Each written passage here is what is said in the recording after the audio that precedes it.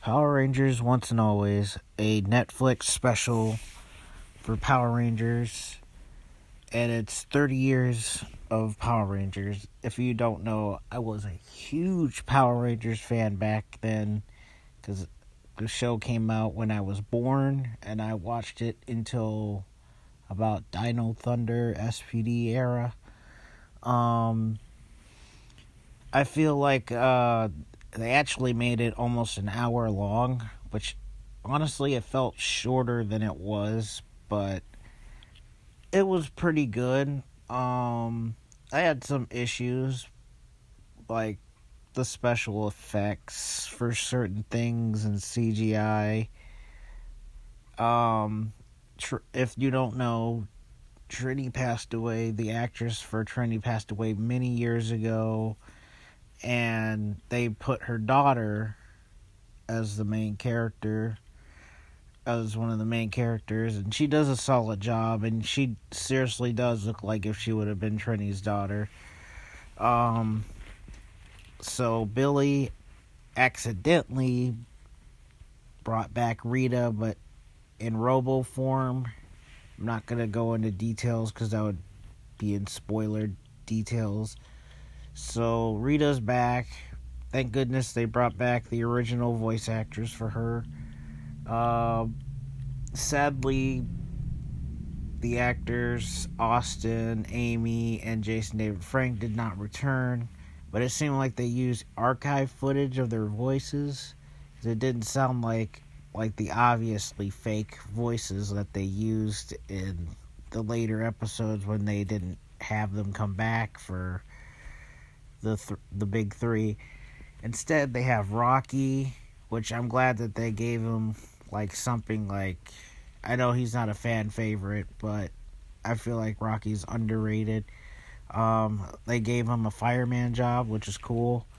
Um, and Catherine came back again. At least both of those two came back. And my biggest, the thing that I was happy the most to see is, Billy and Zach come back, because those two were the original guys. And then they had a cameo from Aisha and Adam. It was just a glorified cameo at that point. But hey, I'm glad to see Aisha come back because she hasn't been seen since 1995. The action is good. Um, I wish there would have been more morphing scenes, but Hey, and also they brought back Alpha's voice actor. It's Alpha 9, not Alpha 5, because I guess Alpha 5 was destroyed during In Space. Like I said, the action's good.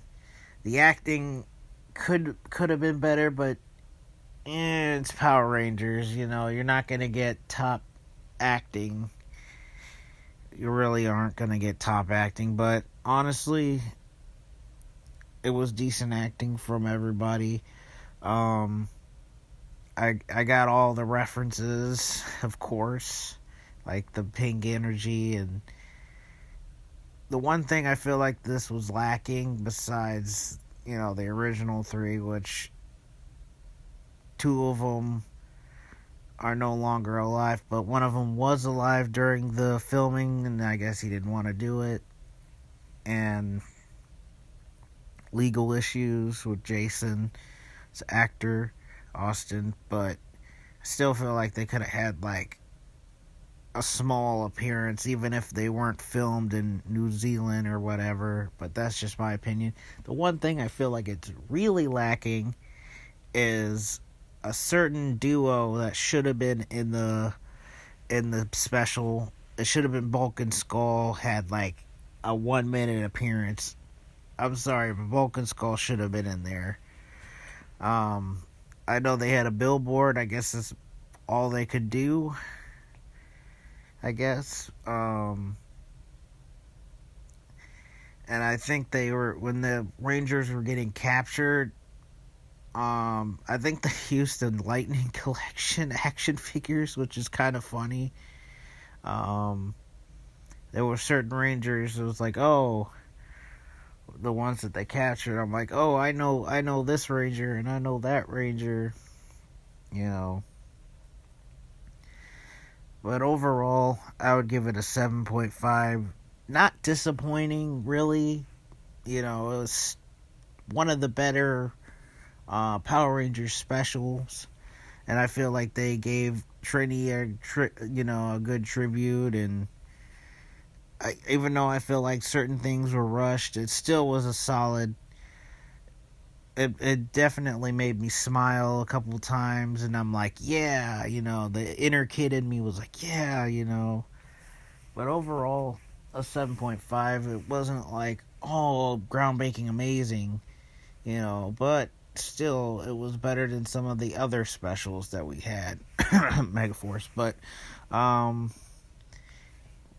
like, it was good to see Billy and Zach again, and Aisha, and Adam, Rocky, Alpha, Rita, and the Minotaur, and Sniznard.